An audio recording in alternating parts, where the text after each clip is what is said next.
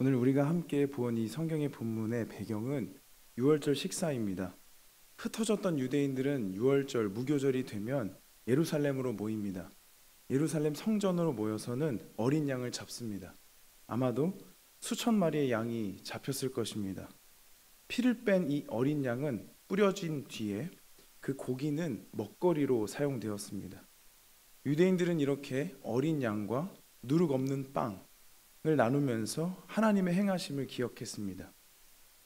12절에는 그 식사, 그 저녁 유월절 식사를 준비하려는 제자들의 모습이 나오게 되는데요.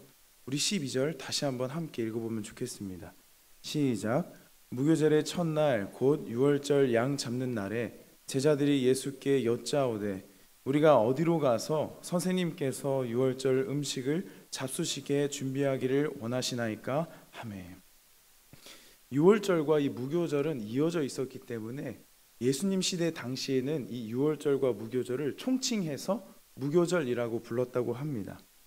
이 기간에, 이 유월절과 무교절의 기간에는 예루살렘 성전으로 모이기 때문에 예루살렘에는 여기저기서 모였던 많은 순례객들이 있었을 것입니다. 예루살렘 주민들은 그 순례객들에게 본인들의 방을 내주곤 했는데요. 그래서 그 방 안에서 유월절 식사를 하도록 도움을 주었던 것입니다. 순례객들은 그 제공된 방에서 이 유월절 식사를 나누면서 하나님의 행하심을 기념했던 것이죠. 예수님과 제자들은 지금 갈릴리에서부터 예루살렘으로 내려온 순례객이었습니다. 따라서 이 제자들은 이 12절을 보니까 예수님께 묻습니다. 우리가 어디로 가서 선생님과 함께 유월절 음식을 먹으면 되겠습니까? 그 장소를 어디로 구하면 되겠습니까? 라고 묻는 것입니다. 그리고 나서 이 13절부터 15절까지로 예수님의 대답이 나오게 되는데요. 우리 13절 함께 읽어보면 좋겠습니다. 13절입니다. 시작. 예수께서 제자 중에 둘을 보내시며 이르시되 그리하면 물 한 동이를 가지고 가는 사람을 만나리니 그를 따라가서. 예수님이 제자 중 둘을 보내시면서 이렇게 말씀하십니다. 성내로 들어가면 물 한 동이를 가지고 가는 사람을 만날 것이다. 그를 따라가라. 여기 우리 개정 성경에는 잘 나오지 않지만 원어로 보게 되면 이 물동이를 지고 가는 사람은 남성 단수로 쓰였습니다. 그러니 이 사람은 여성이 아니라 남성인 것입니다. 예수님이 왜 이렇게 말씀하셨을까? 당시에는 물을 나를 때 주로 가죽 부대와 물동이를 사용했는데 남자는 가죽 부대로 물을 나르고 여인들이 물동이로 물을 주로 나랐다고 합니다. 따라서 물을 지고 물동이를 지고 물을 나르는 이 남성은 흔치 않은 사람의 모습인 것입니다. 그래서 눈에 바로 띄게 됩니다. 그래서 예수님은 바로 그 사람을 따라가라고 지금 말씀하시는 겁니다. 흔치 않았기 때문에 그를 바로 알아볼 수 있었고 그 사람을 따라가게 되면 14절과 15절과 같은 일이 일어난다고 말씀하시는데 우리 14절도 같이 읽어보겠습니다. 시작. 어디든지 그가 들어가는 그 집 주인에게 이르되 선생님의 말씀이 내가 내 제자들과 함께 유월절 음식을 먹을 나의 객실이 어디 있느냐 하시더라 하라. 14절 보니까 예수님이 계속해서 말씀하시는데요. 그 남자 물동이를 이고 가는 그 남자를 따라가게 되면 집 주인을 만나게 될 것이다. 그리고 그 집 주인을 만나게 되면 이렇게 말하라고 하시면서 선생님의 말씀이 내가 내 제자들과 함께 유월절 음식을 잡수실 나의 객실이 어디 있느냐라고 이야기하라고 그 두 명의 제자들에게 말씀하셨습니다. 이 말을 전하면 15절처럼 그 집 주인이 행동을 하게 된다는 것이죠. 15절도 우리 같이 읽어보면 좋겠습니다. 시작. 그리하면 자리를 펴고 준비한 큰 다락방을 보이리니 거기서 우리를 위하여 준비하라 하시니. 그 집 주인이 지금 하는 행동을 보니까 큰 다락방, 미리 준비된 그 큰 다락방을 두 명의 제자들에게 안내하고 그리고 그곳에서 유월절 음식을 나눌 수 있도록 한다는 내용입니다. 마치 저는 이 13절부터 15절의 장면을 보면서 007과 같은 첩보 영화가 떠올랐습니다. 13절부터 이어지는 과정을 보게 되면 예수님께서는 두 제자에게 가죽 부대가 아닌 물동이를 지고 가는 한 남자를 만나라. 그리고 그 남자를 따라가게 되면 한 집주인을 만나게 될 것인데 그 집 주인에게 마치 암호처럼 준비된 멘트를 하게 되면 그 집 주인이 큰 다락방을 안내하는 이 장면, 저에게는 영화처럼 다가왔습니다. 예수님은 이 이야기를 통해서 우리가 알 수 있는 바가 무엇이냐면 12절에 제자들이 먼저 묻기 전에 예수님께서 미리 다 거할 방을 섭외해 두신 겁니다. 미리 앞서서 유월절 만찬을 나눌 그 장소를 미리 마련하신 겁니다. 그런데 예수님은 왜 이렇게 비밀스럽게 일을 진행하셨을까요? 저는 그것이 궁금했습니다. 이유는 분명한데요. 우리 성경의 1절과 2절, 14장 1절과 2절을 눈으로만 보셔도 알 수 있는데 당시에 대제사장들, 서기관들, 바리새인들과 같은 종교 지도자들은 예수님을 어떻게든 죽이고자 음모를 꾀하고 있었습니다. 그런데 이 14장 1절과 2절에도 나오는 것처럼 메시아로 여겨졌던 그 예수님을 이 유월절 무교절 기간에, 이 축제 기간에 죽이게 되면 사람들이 밀란을 일으킬까 봐 두려워서 이 대제사장들과 서기관들은 그 일을 진행하지 않았습니다. 예수님은 당연히 종교인들의 시기와 죽이려고 하는 음모를 아셨을 것입니다. 따라서 예수님이 어디서 식사를 하시는지 알려지지 않도록 유월절 식사 장소를 미리 조심스럽게 섭외해 두신 것입니다. 예수님은 음의 세력들을 피해서 제자들과 함께할 유월절 식사 장소를 미리 준비하셨습니다. 12절에 나오는 것처럼 제자들은 예수님이 미리 준비하셨다는 것을 모르고 유월절 식사 장소를 어떻게 준비해야 하는지 묻습니다. 준비가 안 돼 있는 것 같으니까 여쭤본 것입니다. 스승이신 예수님을 위해서 그 식사 장소를 제자들이 주도적으로 준비하려고 여쭤본 것입니다. 그러나 예수님은 이미 준비하셨습니다. 12절에 질문을 할 때까지만 해도 제자들은 예수님의 이 선행하신 준비를 깨닫지 못했을 것입니다. 예수님께 물었고 예수님이 하신 말씀대로 실천했을 때, 아, 예수님이 미리 준비하셨구나. 예수님이 우리가 묻기도 전에 식사 장소를 다 마련해 주셨구나라는 것을 깨닫게 되었을 것입니다. 그것이 바로 16절에 나오게 되는데 우리 16절도 읽어보면 좋겠습니다. 시작. 제자들이 나가 성내로 들어가서 예수께서 하시던 말씀대로 만나 유월절 음식을 준비하니라. 13절부터 15절까지 이어진 그 예수님의 말씀, 예수님의 지시사항을 들었던 제자들이 예수님의 말씀처럼 성내로 들어갔습니다. 그리고 예수께서 하시던 말씀대로 사람들을 만나게 되었고 장소를 얻게 되자 유월절 식사 준비를 하게 되는 것입니다. 아마도 이 제자 2명은 물동이를 지고 가는 남자를 만났을 것이고 그 남자를 따라 한 집 주인을 만났을 것입니다. 그리고 나서 준비된 이야기를 하자 큰 방을 보았을 것입니다.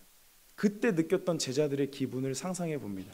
아, 예수님 미리 준비하셨구나. 내가 예수님을 위해서 준비하려고 했는데 예수님이 미리 준비하셨구나.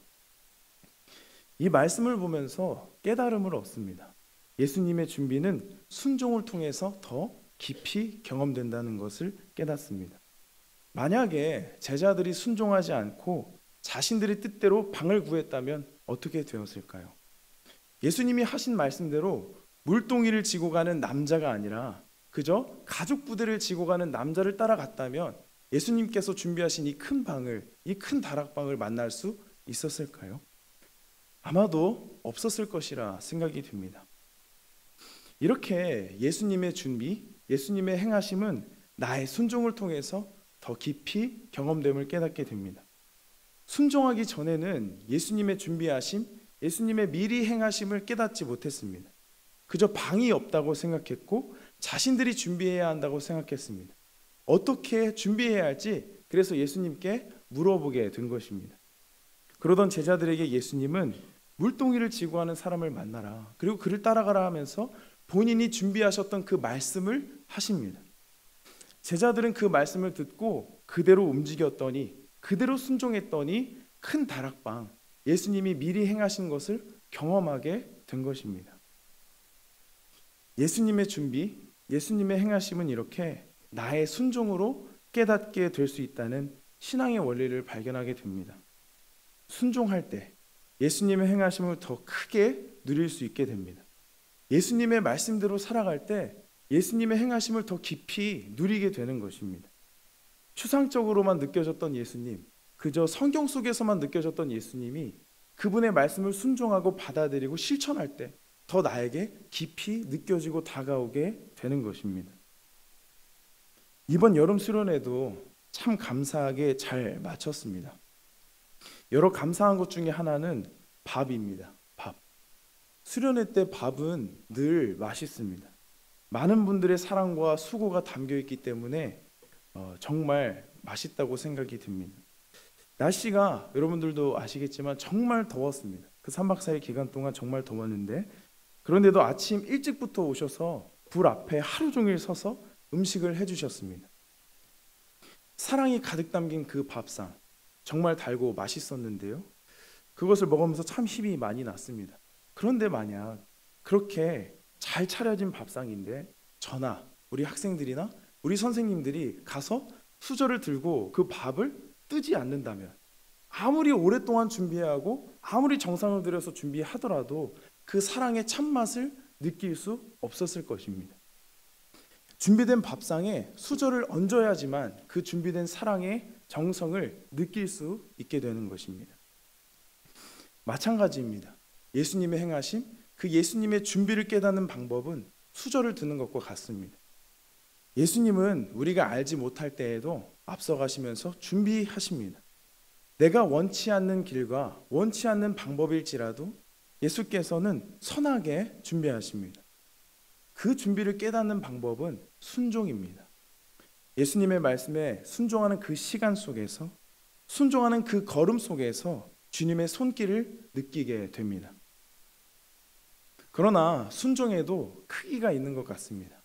수저를 드는 것 정도의 순종은 비교적 쉽습니다. 제자들의 순종도, 오늘 본문의 이 제자들의 순종도 저에게 있어서는 비교적 쉬워 보입니다.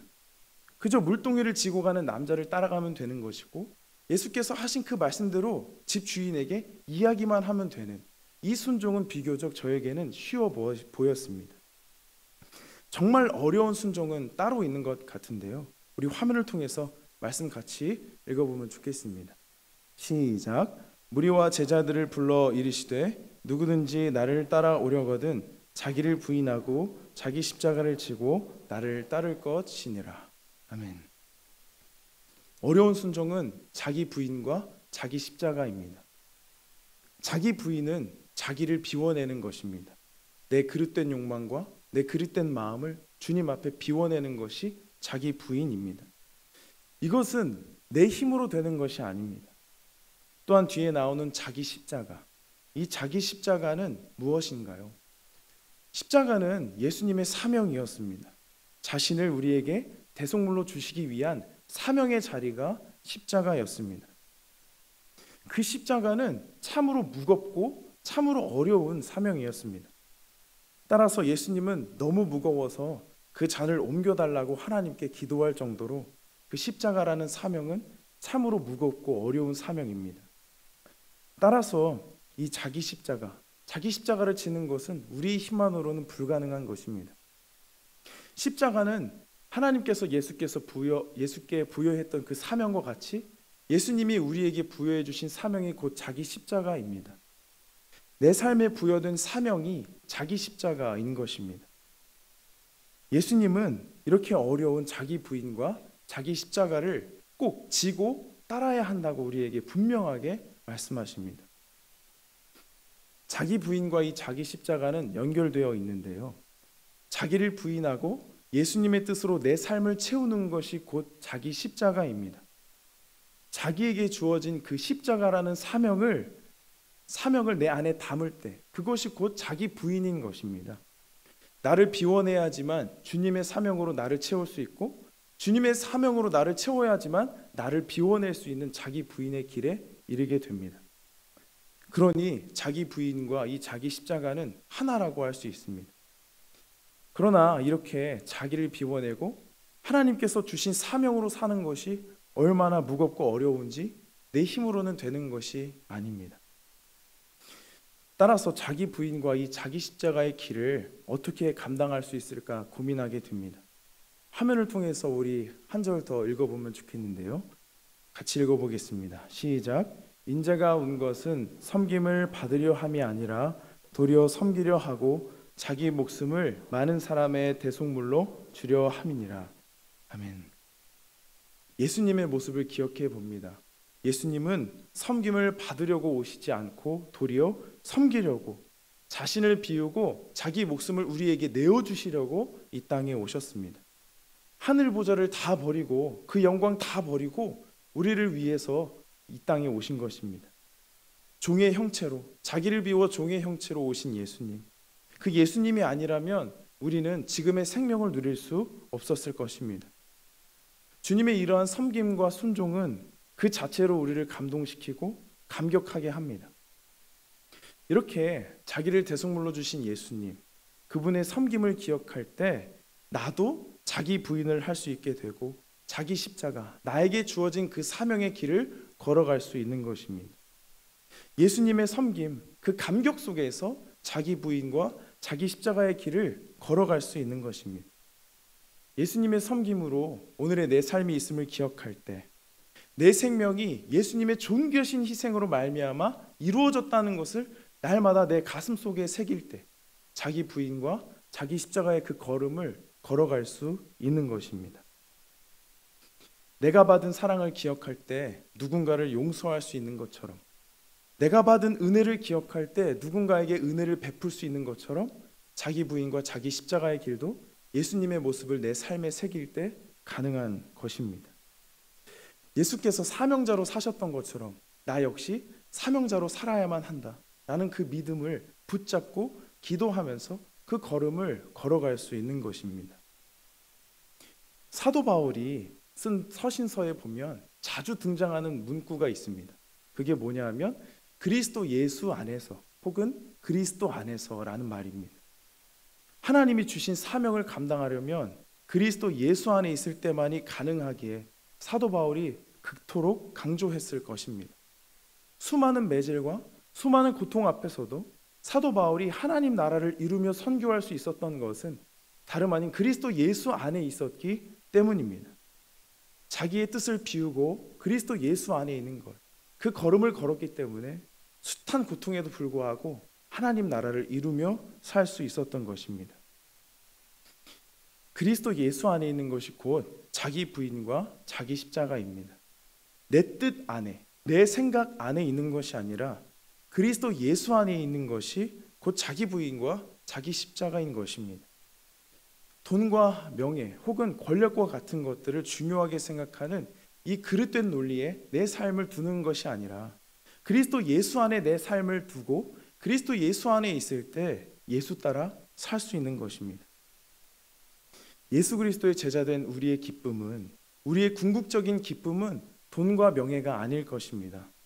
예수님을 닮아가는 것이 우리의 참 기쁨이요 참 소망입니다. 하나님 나라가 우리가 영원히 거할 나라이고 하나님 나라가 우리의 영원한 소망이 됨을 기억해야만 합니다. 그런데 우리는 빠르게 흘러가는 이 세상, 이 시간 속에서 이것을 잊고 살아갈 때가 많습니다. 세상은 우리에게 빠른 것을 요구합니다. 빠르게 살면서 예수님을 잊게 하고 바쁘게 살면서 예수님의 그 희생과 사랑을 까먹게 합니다. 그래서 우리는 자꾸만 멈추어 서서 예수님을 바라봐야 하고 자꾸만 멈추어 서서 나를 바라봐야 합니다. 나는 과연 나를 비워내고 예수님으로 채워내고 있는가? 나는 과연 그 십자가의 길, 내 삶에 주어진 사명에 응답하며 살아가고 있는가? 나는 과연 예수님의 준비 앞에 순종으로 반응하고 있는가? 라는 것들을 늘 돌아보며 살아야 할 것입니다. 자기 부인과 자기 십자가라는 이 사명은 참 무겁고 고되지만 그리스도 예수 안에서는 짊어질 수 있습니다. 그리스도 예수 안에서는 감당할 수 있습니다. 이제 말씀을 정리합니다. 화면을 통해서 마지막으로 우리 말씀 한 구절을 읽어볼 텐데 사도 바울의 심정과 그 고백을, 그 마음을 가지고 우리가 같이 읽어보면 좋겠습니다. 시작. 표대를 향하여 그리스도 예수 안에서 하나님이 위에서 부르신 부름의 상을 위하여 달려가노라. 아멘. 그리스도 예수 안에서 우리를 부르신 그분의 뜻대로 살아가시기를 축복합니다. 그리스도 예수 안에서 하나님 나라를 여러분들 각 가정과 일터와 교회 모든 곳에 이루어 가시기를 축복합니다. 특별히 헌신을 다짐하는 심여전도회 모든 분들에게 표띠를 향하여 달려나가는 믿음이 넘쳐나시기를 축복합니다.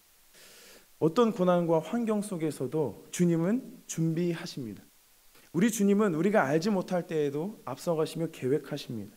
그 예수님의 준비는 나의 순종으로 경험되어집니다. 그리스도 예수 안에 있는 나의 순종으로 예수님의 행하심이 더 깊이 경험되어지는 것입니다. 더 나아가 그 순종은 날마다 예수를 붙잡고 예수 안에 있을 때 가능함을 꼭 기억하셨으면 좋겠습니다. 주님 안에 머물러 살아가는 여러분 되시기를 간절히 소망합니다.